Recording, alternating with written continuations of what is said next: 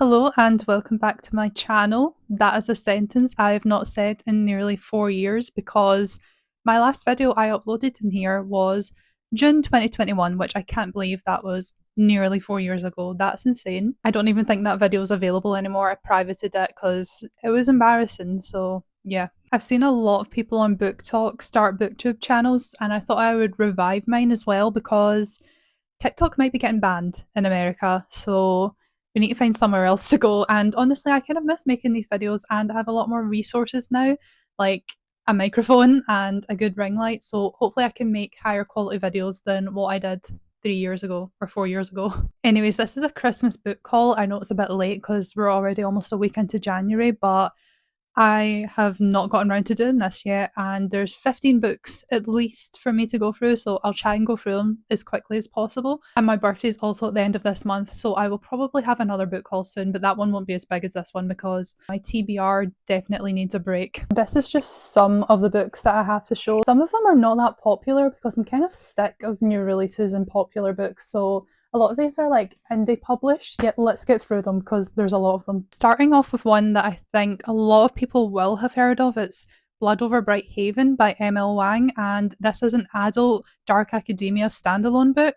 It's also a fantasy. I've heard nothing but amazing things about this author. They also wrote The Sword of Kaigan, which is also in this haul, and this book is the one that's been traditionally published just recently. It got picked up. It was initially just self-published, and yeah, I've heard nothing but amazing things about this. I've heard it be compared to Babel, and just so many people seem to love it, and it sounds like something I'd really enjoy. I'm definitely in a dark academia mood, and this seems like a really good one to start off with. And I've put this on my January TBR as well because I just can't wait any longer and I really, really want to read it. As I just mentioned, I also got Sword of Kaigan. I trust this author so much that I bought two of their books without reading either yet. But I've just heard so many great things about both of them, especially this one. This one is still self published, I think, and it sounds so good. It's a giant epic fantasy. I think it's historical as well, and it follows an older female character, which I feel like we need more of in popular books. And I've just seen so many people sob into this book, so I can't wait for that to be me as well. Another popular one I got was Spectacular by Stephanie Garber, and I wasn't a huge fan of the Caraval series, but I really did enjoy it, and I love Once Upon a Broken Heart, so I just picked this up. It was half price in Waterstones as well. It's also one of the unique 4 special editions, so I couldn't resist. And it's also really short, and I think I kind of missed the window to read it because it literally is a Christmas novella. So I probably should have read it in December, but I didn't have time. So either I'm going to have to read it in the spring or summer, or I'm just going to have to wait a year. Who knows? I don't know if I can wait a year. I also got 2 books by Erin A. Craig because I read one of her other books called Small Favours back in October, I think, and I really loved it. And both of these books have been highly recommended to me by a friend, and since I love the other book as well, I asked for both of them for Christmas. The first is The 13th Child, and this is her newest release, and she does YA fantasies, but they tend to be a bit on the darker side, like some horror elements mixed in. It follows the main character Hazel, who is the 13th child to be born, and she has been promised to the god of death since her birth, but that's all I know about it. I'm just really looking forward to this. I've heard great things, and I really trust this author, so I'm excited. I also got House of Salt and Sorrow, which I've known about for years, but it's never really piqued my interest until I read Small Favours. And I have a friend who really, really loves this book, and I trust her taste, so I think I'm going to love this one too. And I know there's a spin off as well called House of Roots and Ruin, and so many people seem to prefer that or love it just as much, so if I like this, I'm going to pick that one up as well. The next book I got is called Dark of the West, and literally the only reason I asked for this is because I saw one TikTok video of someone compare it to Divine Rivals and compare the love interest in this to the love interest in Divine Rivals, and I was sold. I didn't even ask any questions. That was all I needed to know. I know this is a fantasy, I know it's a bit historical as well, and there's romance as well. There's a lot of books in this haul that are all those genres. I'm really in the mood for historical fantasy romance for some reason. I also got Daughter of the Forest, and excluding some classics, this might be the oldest book I own, and it was only published in 1999. I know this is a dark fantasy book that follows this girl whose brothers have been cursed, and she's been cursed to not speak about the curse, And I know it's a retelling of some sort of classic fairy tale, and it's the same fairy tale that Six Crimson Cranes by Elizabeth Lim was based on. And I loved that book, and I love the plotline of the main character not being able to speak about the curse that she's under. I really like that trope.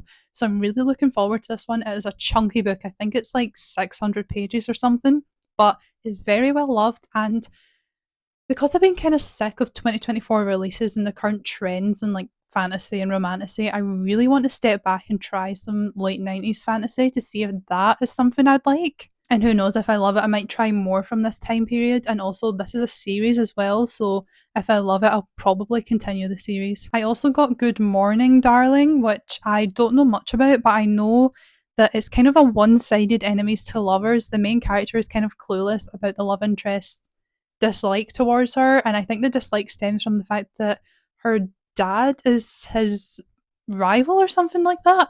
But she falls in love with him, but he also has this shadow that is kind of a character in of itself, which sounds really interesting, and the reviews are really good. So this one just really interests me, and I don't know much about it, but what I do know sounds really weird.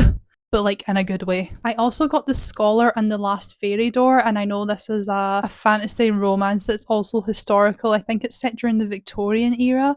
The synopsis just reminded me of something like Half a Soul, which is a book I really enjoyed. And the reviews of this have also been really good. That's a common theme. I'm being more selective about the books I pick up. If the reviews aren't that good, then I tend to stay away from them because most of the time I do agree with the general consensus. So I'm picking up books that are quite well loved, and this is definitely one of them. I also got When Among Crows by Veronica Roth, who is the author of Divergent, and I've actually already started this. I'm about 60 pages in, and this does not feel like the same author. To be fair, it has been like a decade since Divergent, maybe even more. This is a novella and it's based off Polish folklore and it's set in Chicago, and the main character is gathering a bunch of different people to complete a quest. And that's all I really know so far. I've heard it's best to go into it knowing as little as possible, so that's what I did. So, considering I'm only 3 chapters in, I haven't really figured out what exactly the intentions of the main character are yet. But I am really interested, and the writing is really good as well. So, this is probably a good start to 2025. I also got The Faithful Dark by Kate Baumer, and I know this is a fantasy book following the main character who was born without a soul, and she is being set on a quest to solve this serial killer's murders, which just sounds really interesting. I think this is also self published, and I just want to read more unique books that I wouldn't get the chance to read if I just read what was popular. So that is one of my bookish goals for 2025, is just to read more weird books. I also got The Wild Huntress, and I know this is a YA fantasy based off of Welsh folklore, and I know it follows 3 different characters who compete in this wild hunt. And I also know there's like a weird twist slash change to the plot like halfway through that changes your perception of it, and that sounds really interesting to me. I don't think that comes up a lot in books, and I really want to know what it is, so I'm really excited for this one. One of the books I got that I'm most excited about is The Empire of Shadows. I've heard this be compared to The Mummy and Romancing the Stone, which I've never heard of before. I've also never seen The Mummy, but this sounds like something I would absolutely love. It's historical fantasy romance.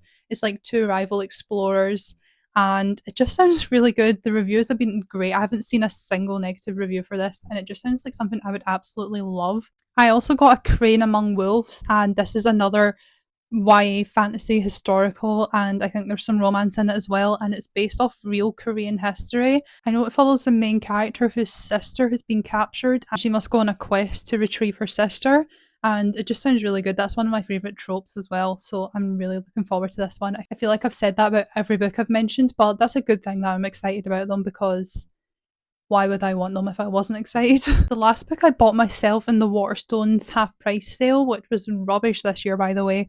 I was so disappointed. I remember in 2021 when every hardback was half price. I missed that so much. They just had like selected titles on like a tiny table on my local Waterstones, and this was one of them, but the exclusive edition wasn't discounted, just the regular edition. And I really wanted the exclusive edition, so I bought it anyway at practically full price. It wasn't half price. So yeah, this is Rewitched by Lucy Jane Wood, and I know it's about a witch who is on trial to lose her powers and she needs to prove that she's worthy of regaining them. And that just sounds really interesting. I absolutely love the sprayed edge. I'm a sucker for a nice sprayed edge. So hopefully I like this book because I have heard slightly mixed reviews about this one, but I'm hoping it's good. But yeah, that is the 15-ish books that I got for Christmas or around Christmas. If you've read any of them, let me know what you think of them because I really like to know. I'm very excited about all of them. And let me know what you think of the video as well because it's been so long since I've made any sort of long form content. But it's weird, it feels like I haven't stopped. This feels quite natural to me, even more so natural than it was back then. Hopefully, if this is well received, I can keep this up and do more videos because I really enjoyed this. But anyways, I'll see you in the next one.